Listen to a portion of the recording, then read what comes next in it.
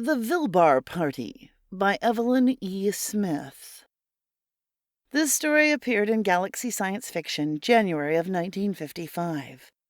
Extensive research by Project Gutenberg at Gutenberg.org did not uncover any evidence that the U.S. copyright on this publication was renewed. The Purzels are giving a Vilbar party tomorrow night, Professor Slood said cajolingly. You will come this time, won't you, Gnarly? Gnarly Xan rubbed his forehead fretfully. You know how I feel about parties, Karn. He took a frismal nut out of the tray on his desk and nibbled it in annoyance. But this is in your honor, Gnarly, a farewell party. You must go.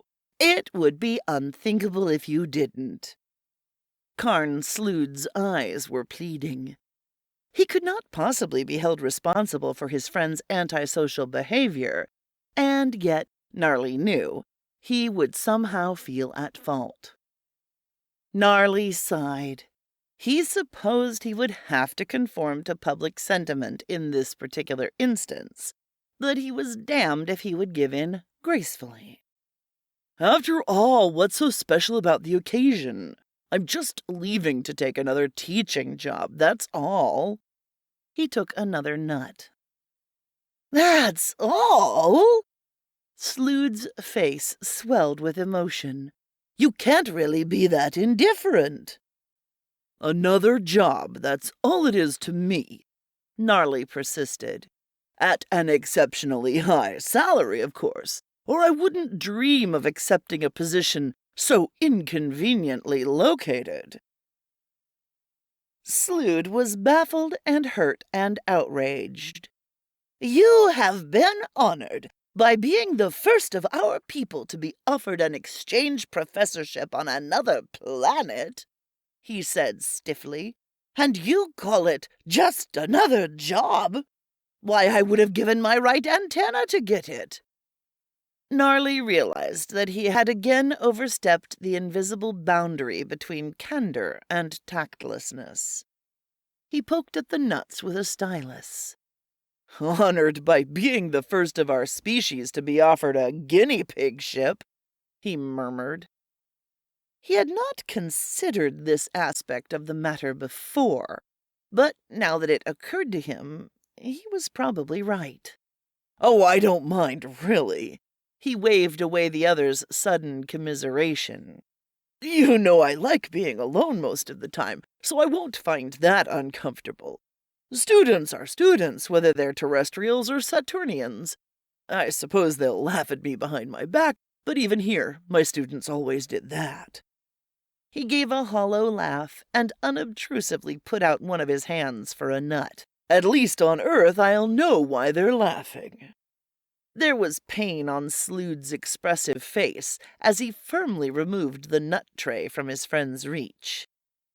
I didn't think of it from that angle, Gnarly. Of course you're right. Human beings, from what I've read of them, are not noted for tolerance. It will be difficult, but I'm sure you'll be able to... He choked on the kindly lie. Win them over.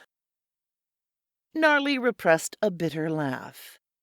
Anyone less likely than he to win over a hostile alien species through sheer personal charm could hardly be found on Saturn. Gnarly Xan had been chosen as first exchange professor between Saturn and Earth because of his academic reputation, not his personality.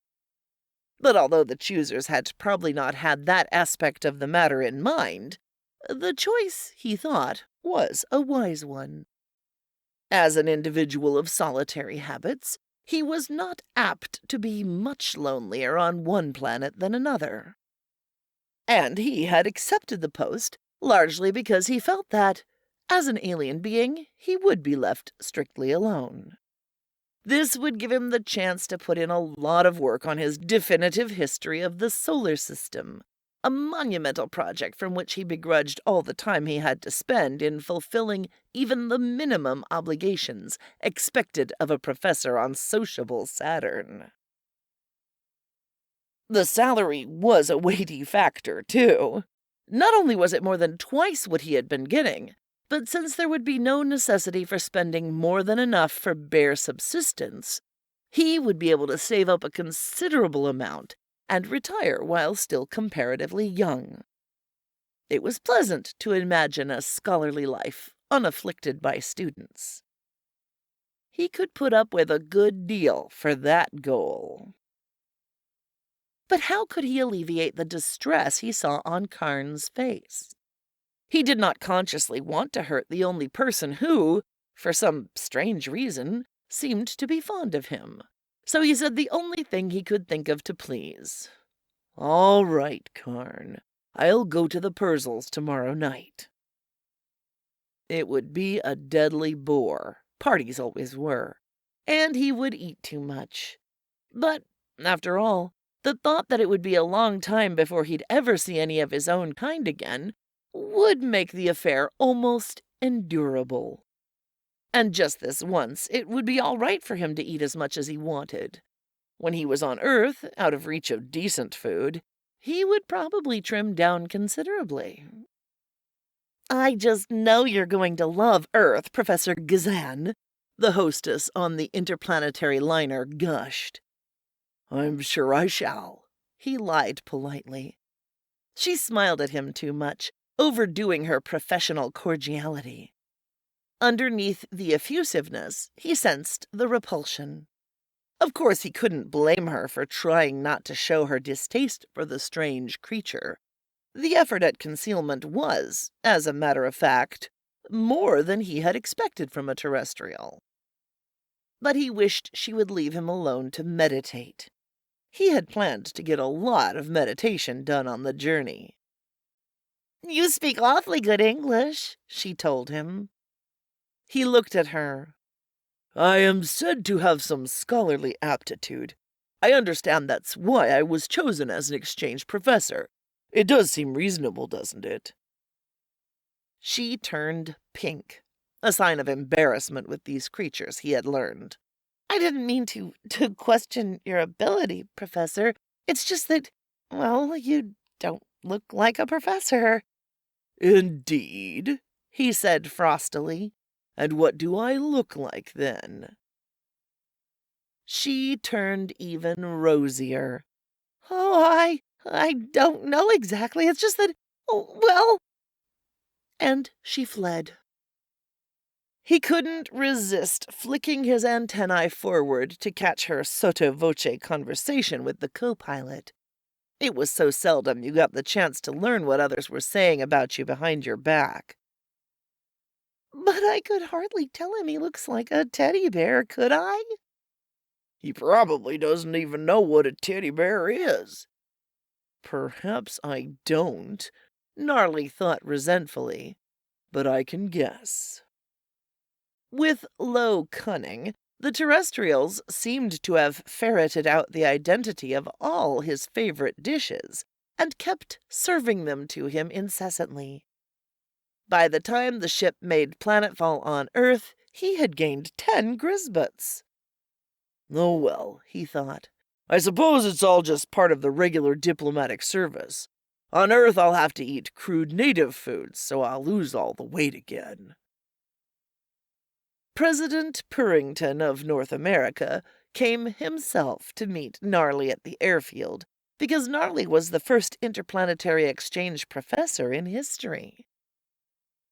"Welcome to our planet, Professor Gazan," he said with warm diplomatic cordiality, wringing Gnarly's upper right hand after a moment of indecision. "We shall do everything in our power to make your stay here a happy and memorable one." "I wish you would begin by doing something about the climate," Gnarly thought. It was stupid of him not to have realized how hot it would be on Earth. He was really going to suffer in this torrid climate, especially in the tight terrestrial costume he wore over his fur for the sake of conformity. Of course, justice compelled him to admit to himself the clothes wouldn't have become so snug if he hadn't eaten quite so much on board ship. Purrington indicated the female beside him.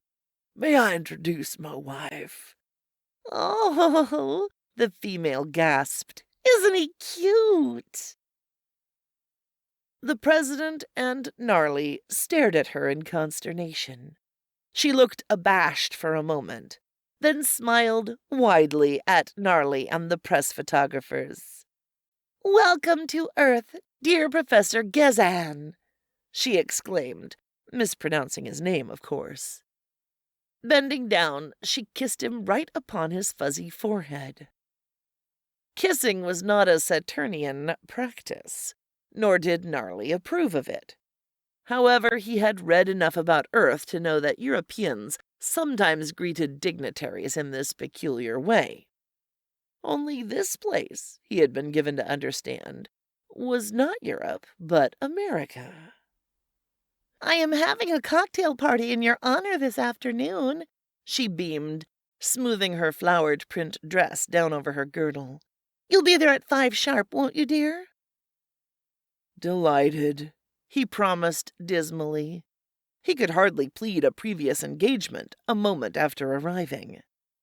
"I've tried to get all the things you like to eat," she went on anxiously. "But you will tell me if there's anything special, won't you?" "I am on a diet," he said. He must be strong. Probably the food would be repulsive anyhow, so he'd have no difficulty controlling his appetite. "Digestive disorders, you know. A glass of Vichy and a biscuit will be—" He stopped, for there were tears in Mrs. Purrington's eyes. "Your tummy hurts? Oh, you poor little darling!" "Gladys," the president said sharply. There were Frismal nuts at Mrs. Purrington's cocktail party, and Vilbar and even Slipness Broogs, all imported at fabulous expense, Gnarly knew. But then this was a government affair, and expense means nothing to a government since, as far as it is concerned, money grows on taxpayers. Some of the native foods proved surprisingly palatable, too. Pâté de foie gras and champagne, and little puff pastries full of delightful surprises. Gnarly was afraid he was making a zlugel of himself. However, he thought, trying not to catch sight of his own portly person in the mirrors that walled the room, the lean days were just ahead. Besides, what could he do when everyone insisted on pressing food on him? "Try this, Professor Xan." "Do try that, Professor Xan." "Doesn't he look cunning in his little dress suit?" They crowded around him. The women cooed, the men beamed, and Gnarly ate. He would be glad when he could detach himself from all this cloying diplomacy and get back to the healthy rancor of the classroom.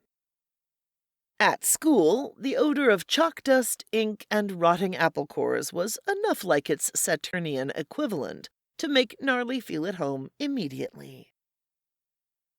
The students would dislike him on sight, he knew. It is in the nature of the young to be hostile toward whatever is strange and alien. They would despise him and jeer at him, and he, in his turn, would give them long involved homework assignments and such difficult examinations that they would fail. Gnarly waddled briskly up to his desk, which had, he saw, been scaled down to Saturnian size, whereas he had envisioned himself struggling triumphantly with ordinary Earth-sized furniture. But the atmosphere was as hot and sticky and intolerable as he had expected. Panting as unobtrusively as possible, he rapped with his pointer, "Attention, students!" Now should come the derisive babble. But there was a respectful silence, broken suddenly by a shrill feminine whisper of, "Oh, he's so adorable," followed by the harsh, "Shh, Ava, you'll embarrass the poor little thing." Gnarly's face swelled. "I am your new professor of Saturnian studies. Saturn, as you probably know, is a major planet. It is much larger and more important than Earth, which is only a minor planet." The students obediently took this down in their notebooks. They carefully took down everything he said. Even a bout of coughing that afflicted him halfway through seemed to be getting a phonetic transcription. From time to time, they would interrupt his lecture with questions so pertinent, so well thought out, and so courteous that all he could do was answer them. His antennae lifted to catch the whispers that from time to time were exchanged between even the best behaved of the students. "Isn't he precious? Seems a nice fellow, sound grasp of his subject. Sweet little thing. Unusually interesting presentation. Doesn't he remind you of Winnie the Pooh? Able chap. Just darling." After class, instead of rushing out of the room, they hovered around his desk with intelligent, solicitous questions.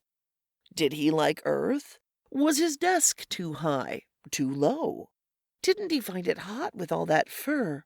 Such lovely, soft, fluffy fur, though. Do you mind if I stroke one of your hands, Professor? So cuddly looking. He said yes, as a matter of fact, he was hot, and no, he didn't mind being touched in a spirit of scientific investigation. He had a moment of uplift at the teacher's cafeteria when he discovered lunch to be virtually inedible. The manager, however, had been distressed to see him pick at his food, and by dinner time a distinguished chef with an expert knowledge of Saturnian cuisine had been rushed from Washington. Since the school food was inedible for all intelligent life forms, everyone ate the Saturnian dishes and praised Gnarly as a public benefactor.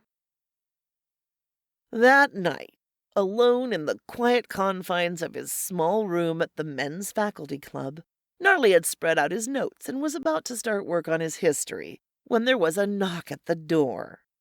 He trotted over to open it, grumbling to himself. The head of his department smiled brightly down at him.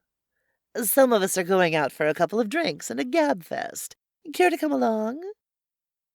Gnarly did not see how he could refuse and still carry the Saturnian's burden, so he accepted.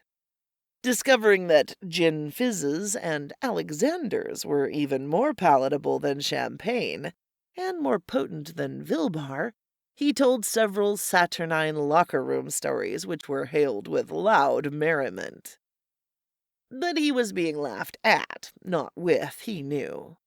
All this false cordiality, he assured himself, would die down after a couple of days, and then he would be able to get back to work. He must curb his intellectual impatience. In the morning, he found that enrollment in his classes had doubled, and the room was crowded to capacity with the bright, shining, eager faces of young terrestrials, athirst for learning. There were apples, chocolates, and imported Frismal nuts on his desk, as well as a pressing invitation from Mrs. Purrington for him to spend all his weekends and holidays at the White House. The window was fitted with an air conditioning unit, which he later discovered his classes had chipped in to buy for him, and the temperature had been lowered to a point where it was almost comfortable. All the students wore coats. When he went out on the campus, women, students, teachers, even strangers stopped to talk to him, to exclaim over him, to touch him, even to kiss him.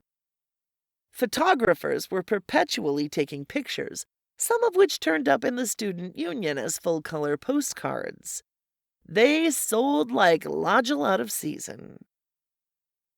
Gnarly wrote in Saturnian on the back of one, "Having miserable time, be glad you're not here," and sent it to Slood. There were cocktail parties, music halls, and balls in Gnarly's honor. When he tried to refuse an invitation, he was accused of shyness and virtually dragged to the affair by laughing members of the faculty. He put on so much weight that he had to buy a completely new terrestrial outfit, which set him back a pretty penny. As a result, he had to augment his income by lecturing to women's clubs. They slobbered appallingly. Gnarly's students did all their homework assiduously, and in fact put in more work than had been assigned. At the end of the year, not only did all of them pass, but with flying colors. "I hope you'll remember, Professor Xan," the president of the university said, "that there will always be a job waiting for you here, a non-exchange professorship. Love to have you." "Thank you," Gnarly replied politely. Mrs. Purrington broke into loud sobs when he told her he was leaving Earth. "Oh, I'll miss you so, Gnarly. You will write, won't you?" "Yes, of course," he said grimly. That made 218 people to whom he'd had to promise to write.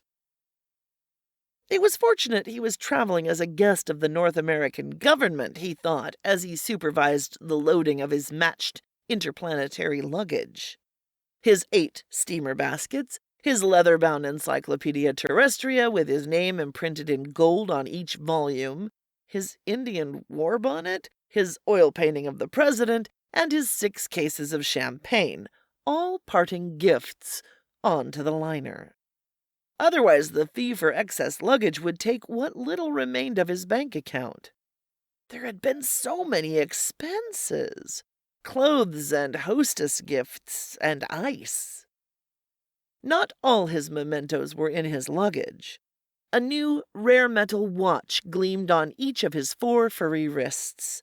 A brand new Trobskin wallet, platinum keychain, and uranium fountain pen were in his pocket, and a diamond and curium bauble clasped a tie, lovingly hand-painted by a female student.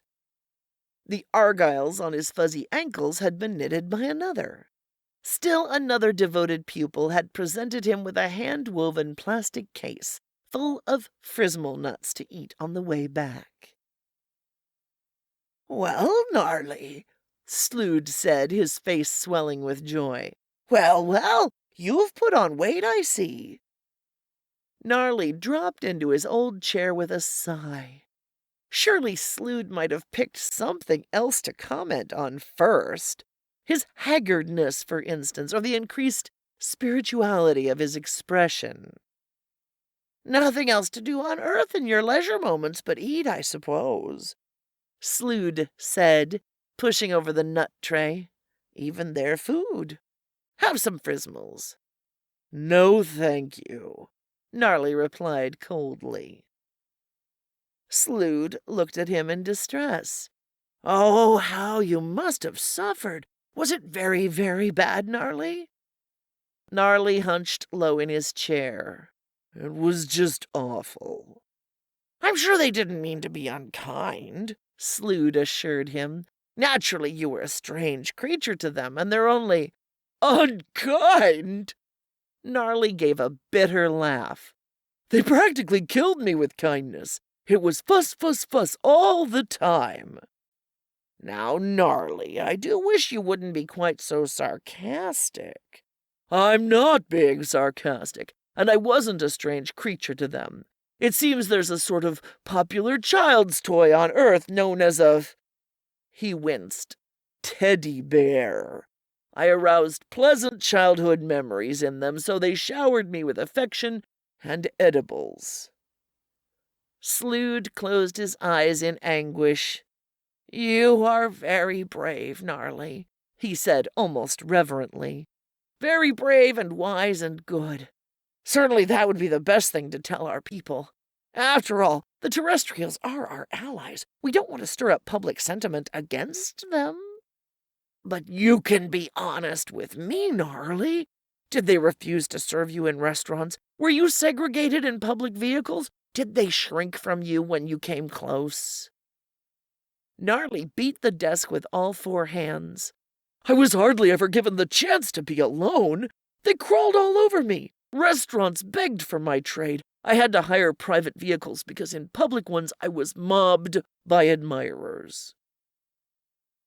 "Such a short time," Slood murmured, "and already suspicious of even me, your oldest friend. But don't talk about it if you don't want to, Gnarly." Tell me, though, did they sneer at you and whisper half-audible insults? Did they— You're right, Gnarly snapped. I don't want to talk about it. Slood placed a comforting hand upon his shoulder. Perhaps that's wisest, until the shock of your experience has worn off. Gnarly made an irritable noise. The Purcells are giving a Vilbar party tonight, Slood said. But I know how you feel about parties. I've told them you're exhausted from your trip and won't be able to make it. Oh, you did you? Gnarly asked ironically. What makes you think you know how I feel about parties? But there's an interesting saying on Earth. Travel is so broadening. He looked down at his bulges with tolerant amusement. In more than one way, in case the meaning eludes you. Very sound psychologically. I've discovered that I like parties. I like being liked. If you'll excuse me, I'm going to inform the Purcells that I shall be delighted to come to their party. Care to join me?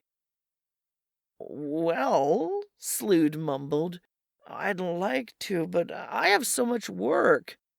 Introvert, said Gnarly, and he began dialing the Purcells.